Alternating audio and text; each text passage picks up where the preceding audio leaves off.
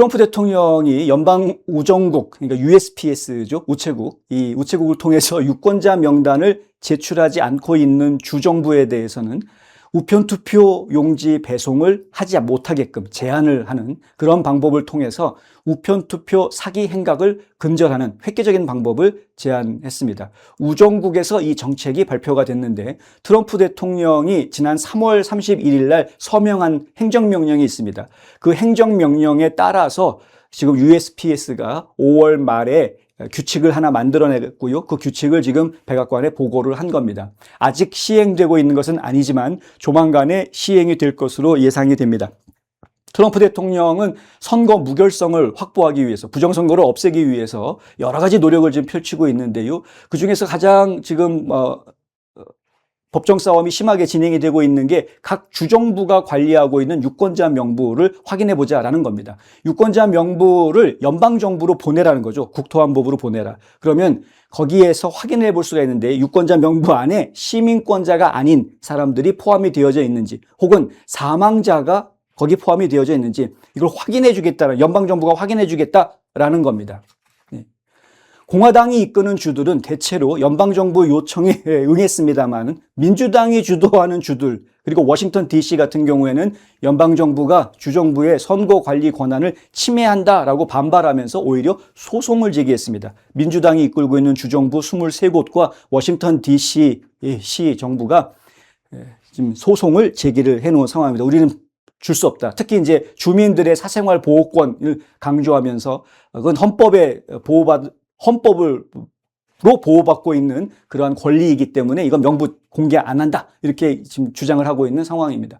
워싱턴 DC 연방판사는 지난달에 해당 명령을, 그러니까 대통령 행정명령을 막아달라는 요청을 기각한 바 있습니다. 그럼에도 불구하고 기각을 했죠. 민주당 쪽에서 반대하지만. 그래서 USPS가 시행을 진행할 수 있게 된 겁니다. 실제로 이것은 이미 연방법원에서 할 수 있다라고 판결이 난 것이기 때문에 진행이 될 것으로 보입니다. 트럼프 대통령이 가장 심각하게 생각하는 게 뭐냐면 Universal Mail-in Voting이라는 겁니다. Universal Mail-in Voting. 이게 뭐냐면 보편적인 우편투표. 또 다른 표현으로는 All Mail Voting이라고 합니다. 모든 투표 과정을 우편으로 한다라는 이야기죠. 이거는 이제 유권자 명단에 이름이 올라가 있는 사람이면 그 해당 유권자가 신청을 하지 않아도 자동으로 투표용지를 집으로 우편으로 보내주는 겁니다. 근데 이게 문제가 될 수 있죠. 만약에 유권자가 이사를 갔다. 같은 주 안에 살고 있더라도 이사를 갔다. 그래서 근데 이사 간 주소지를 신고를 안 했으면 그러면 살지도 않는 사람 집으로 우편물이 갈 수 있는 거죠. 그러니까 전주인의 투표용지가 새로 이사 온 사람한테 도착을 하게 되는 겁니다. 이런 문제가 생길 수가 있고요. 타주로 이주를 했는데도 역시 신고를 하지 않았다. 이사한 거 빨리빨리 신고 안 하게 될 수도 있지 않습니까? 바쁘게 살다 보면. 그러면 타주로 이사 갔기 때문에 이 사람은 아예 연락 자체가 쉽지가 않은 상황에서 유권자한테 온 투표용지는 그럼 어쩌란 말이냐 이거죠. 원래는 반송을 해야 되는 거죠. 원칙은. 근데 그 원칙대로 모든 국민들이 다 움직여주면 참 좋을 텐데 아주 이상한 사람들이 있다라는 겁니다. 또 사망한 유권자 어떻게 할 겁니까? 그리고 병원에 입원해 있어서 집에 온 우편물을 확인하기가 어려운 환자들, 타 지역에 출장 가 있거나 외국에 유학을 가 있거나 혹은 군인으로서 파병 나가 있거나 등등등 여러 가지 이유로 인해서 우편 투표용지가 집으로 왔는데 본인이 받아볼 수 없는 처지에 있는 사람들이 항상 적지 않게 발생할 수 있다는 거죠.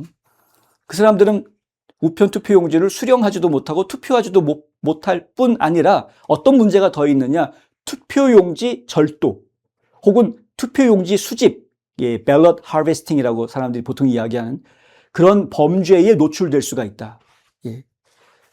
옛날에는요, 신문에 보면은 부고 기사 이런 게 나옵니다. 아무개가 돌아가셨다, 장례식 몇 시, 이런 식으로 이제 동네 신문은 그런 그 부고 기사를 다 내줍니다. 미국은. 그러니까 그러면 그거를 보고 선거철 되면은 갑자기 투표하기 몇 달 전에 갑자기 사람들이 이 공동묘지를 이렇게 어슬렁어슬렁 다니는 그런 사람들이 갑자기 나타납니다.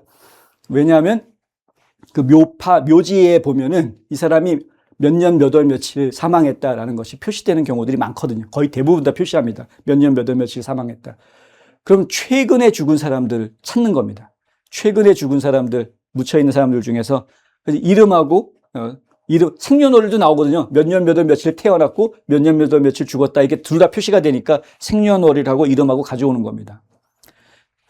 그렇게 해가지고 유권자 등록을 가짜로 해서 가짜 유권자 표를 받아가지고 부정 투표를 하는 이러한 사례들이 과거에 아주 오래된 수법입니다. 오래된 수법.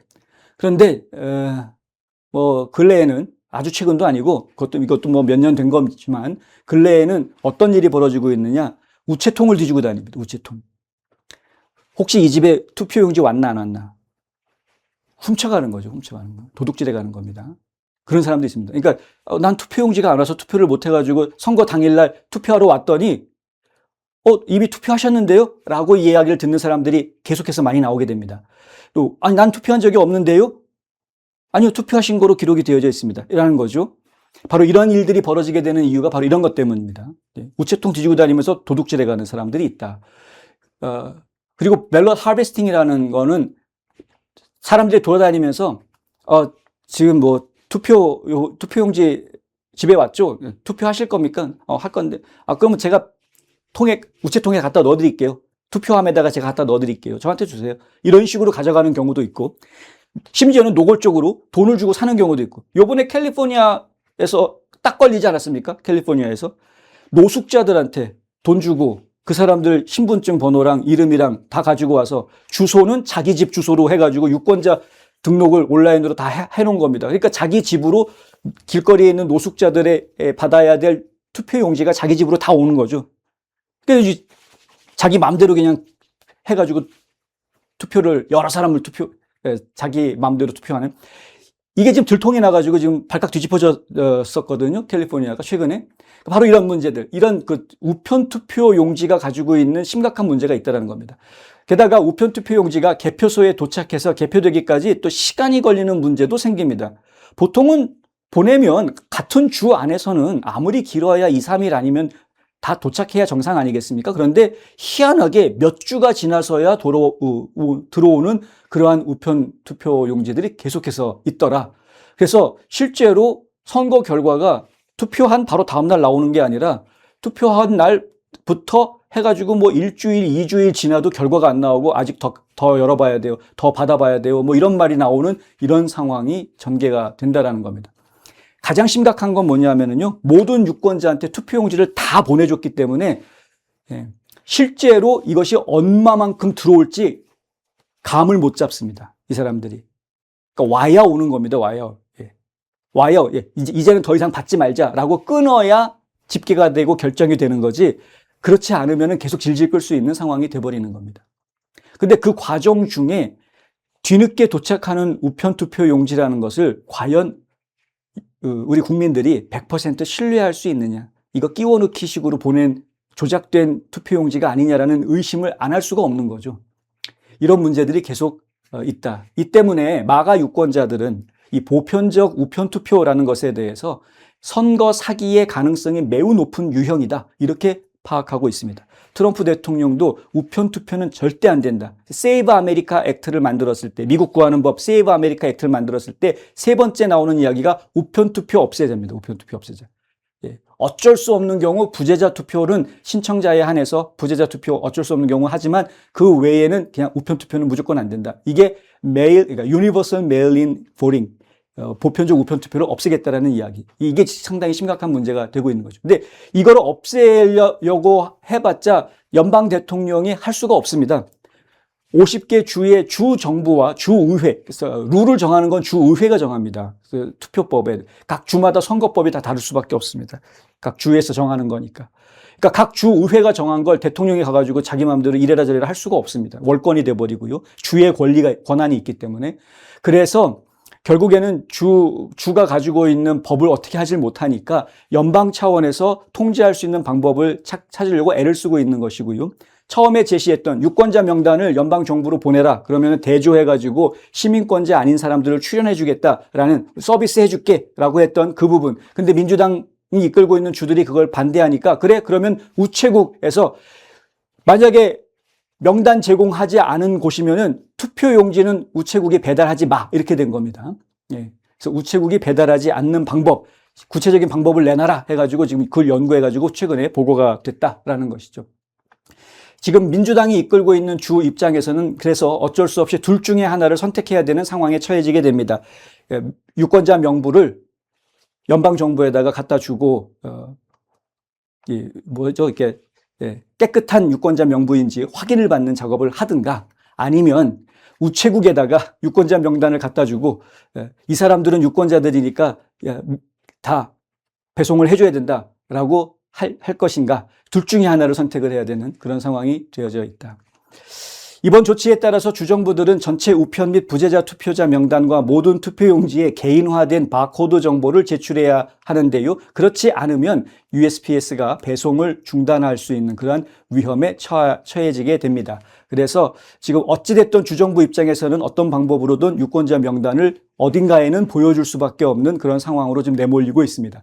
이번 지침은 또한 국토안보부가 연방 데이터를 사용해서 시민권자 명단을 작성하도록 요구하고 있기도 합니다. 그래서 양쪽에서 지금 주 정부를 압박하는 그러한 내용으로 지금 일이 진행이 되고 있습니다. 백악관 대변인인 에비게일 잭슨은 지난 5월 CNN과의 인터뷰에서 행정부는 트럼프 대통령이 당선된 이유인 미국 선거의 안전 그리고 보안을 포함한 정책들을 합법적으로 계속 시행할 거다. 국민들이 트럼프 대통령한테 부정선거 없애달라고 당신 대통령 되면 부정선거 없애달라고 트럼프를 대통령으로 뽑아주었기 때문에 트럼프는 이 일을 계속할 것이다.